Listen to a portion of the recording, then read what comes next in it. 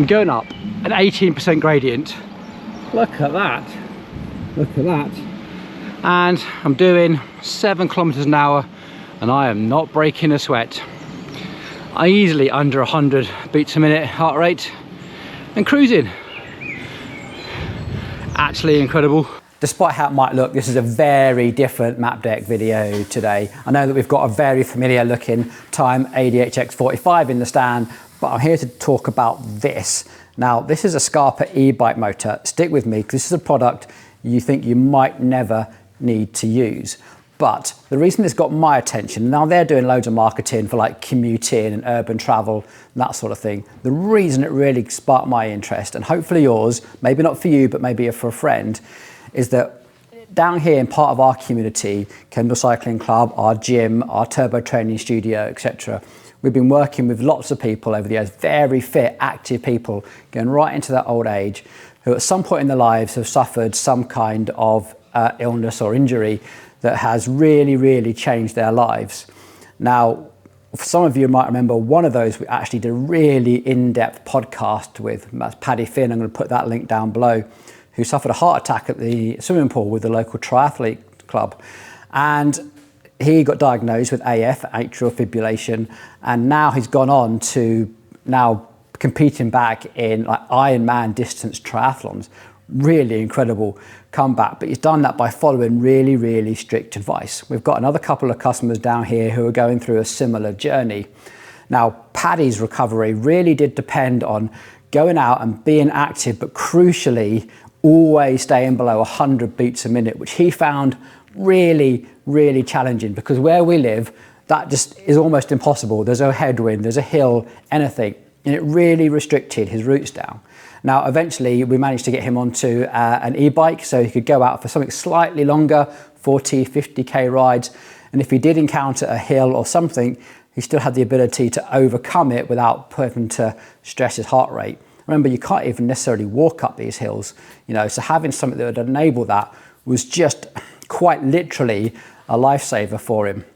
Problem is that of all the people we know in a sort of a similar situation, there's about 5 or 6 now, it's definitely becoming more and more common, especially amongst sort of endurance athletes, is they all report they're just missing their own bike and they don't want it all the time. Sometimes they're happy to go out on a flat ride with their mates, and other times they just want to just go maybe a little bit further with a group of friends, or even just get over that hill into the next valley and just see a different horizon. When I discovered this product, I was like, I want to get that on the channel and I want to tell a different story, not about commuting and everything else.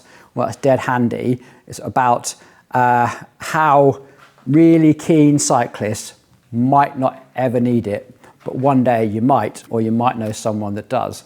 Now, here is how it works. Right now, I've got this thing on charge. Let me unplug it.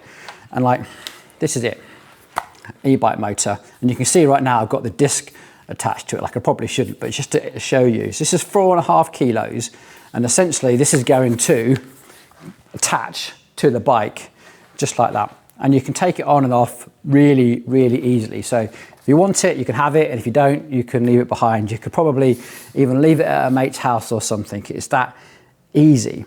Now, when I first saw this, I thought, wow, that is a big chunk of heft to hang off a beautiful carbon frame. And they're like, no, it's genius, because it actually hangs off the back wheel. This is actually perfectly balanced. So the reason I mounted this is because I just wanted to show you, like, this is all perfectly balanced just to sit there without really needing any support from the frame at all. In fact, this little part here is literally just to stop it wobbling around. The frame really doesn't take any load at all. Fascinating design. Now, I've already had this out on loan to a couple of people.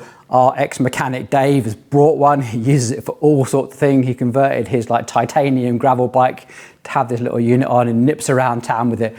Loves it. We've also lent it to a couple of customers with AF, and they are absolutely raving about it. And now it's my turn to come and talk to you about how it all works and try and translate it. Those guys were not up for being on camera, and I don't blame them. Okay, here is how it works. So in the box you get charging unit, you get this big grey thing. Let me pull this handle open.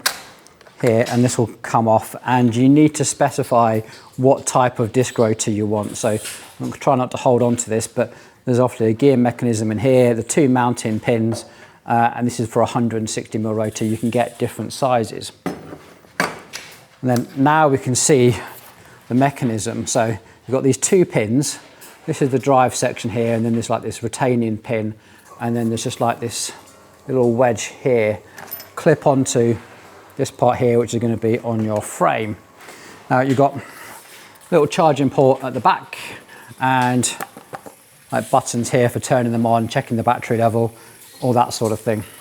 Now, to make sure it adheres to like UK e-bike rules, it's going to need some sort of speed sensor as well. So you get a little cadence sensor that goes onto your pedals. It's all very easy. It doesn't really impact your bike. You can just take it off again. The key stats on this are it's a 240 watt motor generating 76 Newton meters of torque. Pretty handy really, and you can get that charged to about 80% inside half an hour. So great if you're just going to go out and disappear for a bit. You can get most of your range in there on a fully charged battery, so you should be able to ride at least 50 kilometers. I mean, we're going to test that because of all the hills around here, but the people that have been testing it for us will really only be doing 30, 40. No one's really ever stressed it by doing 50 kilometers with it yet. To get this fitted, first of all, we need to swap this lovely lightweight SRAM rotor for this fairly chunky thing. You can see it's got a 6-bolt here, but we do have adapters for center lock. So this is the sort of thing you need to specify. And looks easy.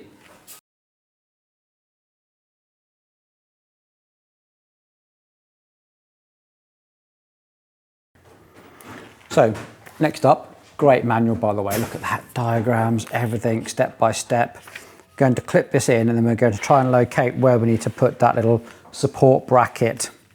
So if we open the handle, you can just see this little piece here pops up and allows that to locate. So handle open,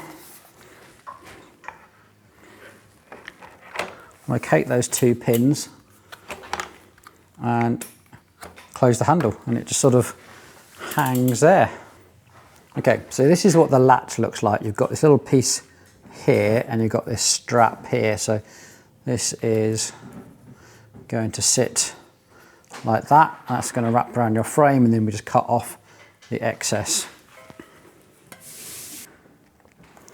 There we go, I think that is it. I'm just going to neaten that up by putting the hose back over the top.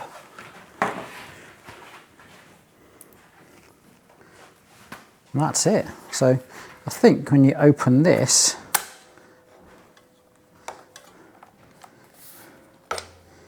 you now just pull it off. Now you see these are like sprung, so putting it back on now,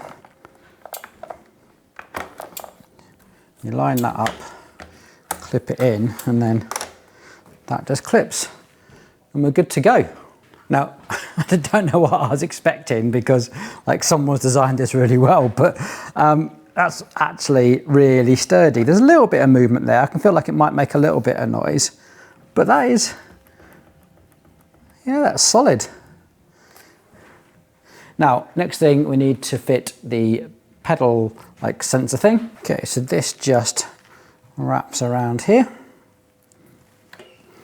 That was easy.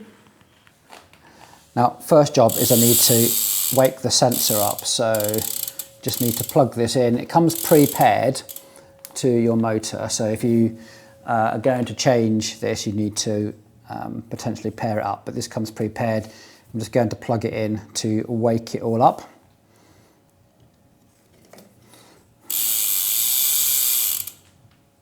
There we go, and we now start seeing it flash away. Okay, so we turn the bike on, we've got white light, we've got blue light showing me it's paired. Press and hold these 2 buttons until the amber light comes on and starts to rotate. We let go, keep the bike upright and perfectly still. Don't touch anything. Calibrating, calibrating. Solid amber, solid white, ready to go. Well, that's it. Let's go take it for a ride. Everybody wants to go. Quick. Nifty that. That's like, that accelerates in top gear. Yeah, if you're in the middle of the cassette, you can definitely pull off some traffic lights that quick. Yeah. Oh, that's really good. It's incredible. Need to get Madeline on it. Maddie, you coming for a go? Like that, even a little bit. I've just had 3 of those ice cream sandwiches as well. Caffeine and shit. I'm going up an 18% gradient. Look at that. Look at that. And I'm doing 7 kilometers an hour and I am not breaking a sweat. I easily under 100 beats a minute heart rate and cruising. Actually incredible. Right, I've been on this hill for 2 or 3 minutes and it's getting steeper and steeper, and what I'm trying to do is keep my heart rate really, really low. So rather than use the electric motor and really go for it, what I'm trying to do is go 100 beats a minute, do not exceed. So I'm pedaling quite slowly. Look at this cadence. And I'm in that easiest gear. And what I'm trying to test is if I really had to go out and do a really low heart rate ride, could I get up hills like this and maintain that really low heart rate? So this is now coming up 3 minutes, still doing 8 kph, and as this hill just flattens out, I'm still at 5-6% here. And yeah, it's dreams. Have a conversation with you the whole time, not out of breath. Any sports scientist out there, look at the signs and symptoms. This is less than zone 2. Wow. Anyway, we are 9 kilometers into this ride and 184 meters of ascent. So it's been a pretty hilly start to this. According to this Skarper app, we are that much battery used. What's that, about a third? Now, unfortunately, you can't see the battery on a sort of display. I can't link it to a Garmin head unit or anything to see a readout of my battery. You kind of got to use the app for that. The app also changes power, which is also inconvenient because I don't really like having my phone on my handlebars. So far, getting here along the undulating bits, you've definitely got to remember to change gear as if you were on a normal bike. It hasn't quite got the punch of a normal e-bike that will get you out of trouble on a steep rise. You still got to think ahead like you would do on a normal bike. Anyway, farmer's coming, Kendal's down there. I'm going to try and get 40k out of this battery, see how we go.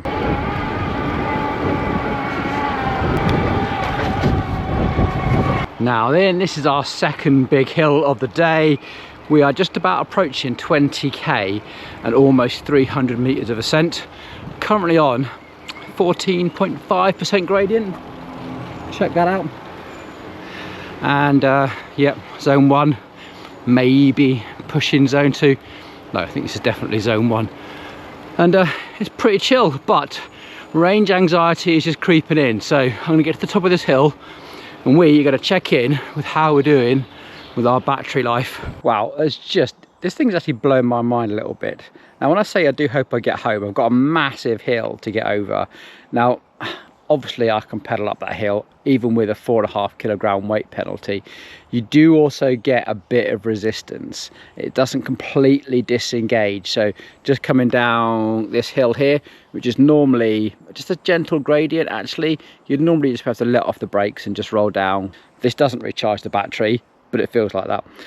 Anyway, here we are. We are a third of battery capacity left. I'm still in cruise mode. I could drop down to eco. Don't really want to because I still want to maintain a decent speed. And right now, average speed for the ride is 22.3. Obviously, it cuts out at 25 like all e-bikes do. It's blown my mind that I'm getting this much power on these steep hills out of such a small little thing. But it's definitely not as good as a dedicated road e-bike still. Right, let's see what happens. Right then, the final check-in before we attempt Underbarrow Mountain. Locals know here it's a deeply unpleasant climb. I'm going to go and check in my battery in a second, but I just want to admire this little unit. I mean, that is literally it. I've just ridden down this road, footage on screen at the moment. It's bumpy, it's rutted, it's not particularly pleasant, and you expect it to be bouncing around all over the place, feel like it's going to fall off your bike. It's not. It's actually really solid. You might tell, but I'm actually really amazed by this because it looks like some piece of thing that's bolted to your bike. It doesn't look like it should deliver what it's actually delivering. I love a product that looks so understated and then massively exceeds your expectations. That's what this feels like. It doesn't feel like it's like, that'll do. This actually feels like, wow, I'm impressed. Right, let's have a look at the battery level. Oh dear, this is going to be a disaster. We have literally, what's that, like a fifth or something, a sixth of the battery left. Got a massive hill to climb. After that, good news, it's mostly downhill back to home. But to be honest, right, now I'm laughing, but I've done an hour and 10 minutes ride, and all at zone 1, and I've had a really good bike ride. I've had my little endorphin rush. I'm outside in the country. I've escaped the valley, which was the point of this. If I was in a position where I was injured, I had a heart condition, I need to go out for a bike ride and have this level of exhilaration, like be outside and go for a ride again, keeping my heart rate down, I've succeeded. An hour and 10 minute long ride has been brilliant, and it's enough. It honestly, in that situation, it is enough. I am taking it to an extreme level. If you were in that position, you wouldn't commute over this hill, you wouldn't go for a bike ride over this hill. This is ridiculous, but it's only through doing the ridiculous in testing situations that you guys get to really understand the product. So in the name of product testing, let's go and drag a 4 kilogram battery halfway up a hill. I hope it doesn't come to that. Okay, we're struggling. I can hear that motor straining now. Maybe you can too. We're not quite at the steepest part. We're at about 9% still. I think I would struggle to say that this was zone 2 anymore. Probably pushing a little bit too hard on the pedals. Oh, I think the battery's gone.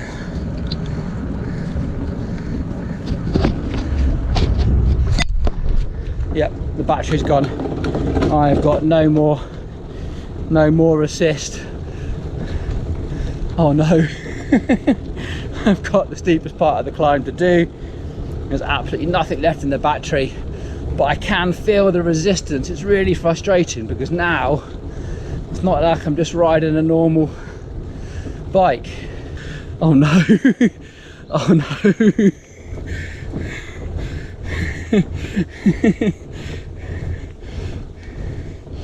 Oh, if only there was a way to disengage the motor. I was gonna have to get some exercise in, so I guess I'm doing it. God, this is like riding a turbo trainer with the resistance on maximum. Ow! That's the steep part over. Still nowhere near.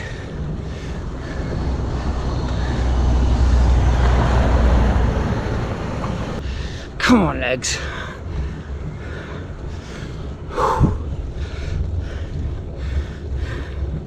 This is still a 12% gradient. Literally what feels like, oh, just someone pulling me backwards as well. Oh, I wonder if I could unplug it and hold it in my hand.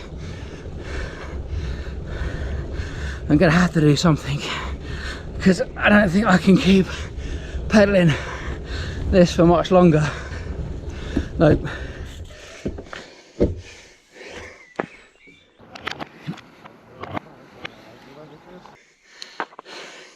Defeated. I don't know where I'm going to put it, but I'm just going to try to hang it off my handlebars for now, because that, oh, I definitely could not pedal that. There we go. Let me clip in. Yeah. Oh, it's so much better. There we are. You have to just take it up and ride up the hill with it in your hand. Well, after that, I feel like the Mapdec gym is probably the best place to come and conclude this video. This 4.5 kilo lump of freedom is definitely worthy of some final thoughts. And it really does feel like that. I come to this gym because this is a massive part of our community, and those people that I spoke about at the very start of this video have found a new way back to their health and fitness through strength training. Now, I know that if you're anything like my age, you know you've been listening to all the articles, the podcast, telling you that strength training is really important, and my God, it is. And this gym becomes a little bit more important than some of our riding, but my God, it's good to get out for a bike ride. And if you ever find yourself in that situation, this can be incredibly liberating. There's no doubt that this 4.5 kilo lump of battery definitely delivers what you need. Just that sanity you get from a really good bike ride. Loads of our gym members have been trying it around the car park. They've borrowed it, they've loved it, absolutely unanimously. Everybody has been incredibly impressed at so much power. So much sort of liberation, if you like, can come from such a small package. It is quite incredible.